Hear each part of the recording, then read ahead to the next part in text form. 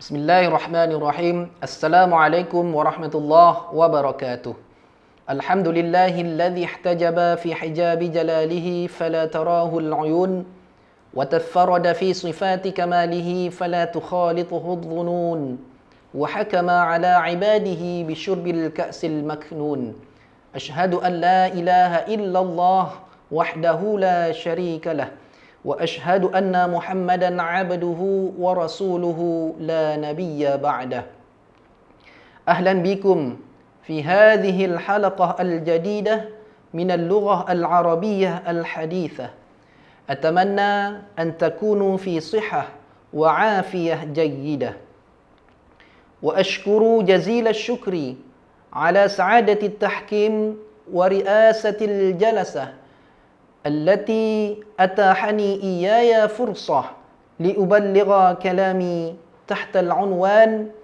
الحصول على أفضل 10 البنوك الإسلامية في العالم.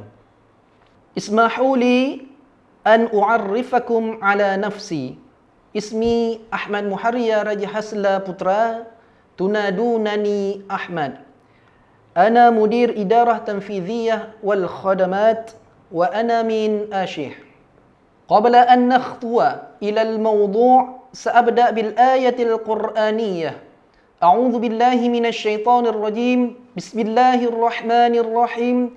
إن الله لا يغير ما بقوم حتى يغيروا ما بأنفسهم. من هذه الآية القرآنية يمكننا أن نفهم أن الإنسان لا بد أن يكون أفضل ويتحسن في كل الأوقات، ومصيرنا يعتمد علينا ويعتمد مصير BSI فينا جميعا، ويجب أن نؤمن أن BSI ستصبح كأفضل 10 بنوك إسلامية في العالم. قال نائب الرئيس معروف آمين إن الحكومة دعمت BSI للدخول في قائمة أفضل 10 بنوك إسلامية في العالم. تم نقل ذلك خلال زيارة عملي إلى دبي لإجراء مراجعة إلى الإدارة BSI. من المأمول ألا تلعب BSI دورا على المستوى الوطني فحسب، بل كذلك على المستوى العالمي. نظرا إلى ذلك ليس كل الموظفين على دراية ولا يعرفون ما يجب القيام به، وخاصة الموظفين في المجلات التشغيلية والخدمية للوصول إلى أفضل 10 بنوك إسلامية في العالم. بالنسبة لي كموظف في قسم التنفيذية والخدمات أرى أن هناك 3 أشياء مهمة تجب القيام بها حتى تتحقق BSI كأفضل 10 بنوك إسلامية في العالم، وهي أولا تقديم أفضل خدمة.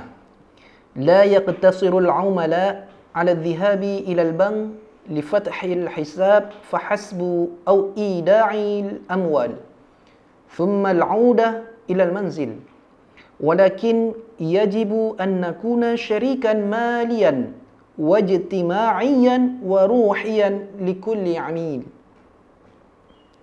نعتقد أنه مع الخدمة الجيدة سيخبر العملاء الأشياء إيجابية أخرى عنها، وسيعطي الناس المزيد من الثقة بحيث يمكن تحقيق تطلعاتنا ورؤيتنا المتمثلة في وجود 40 مليون عميل بحلول عام 2025.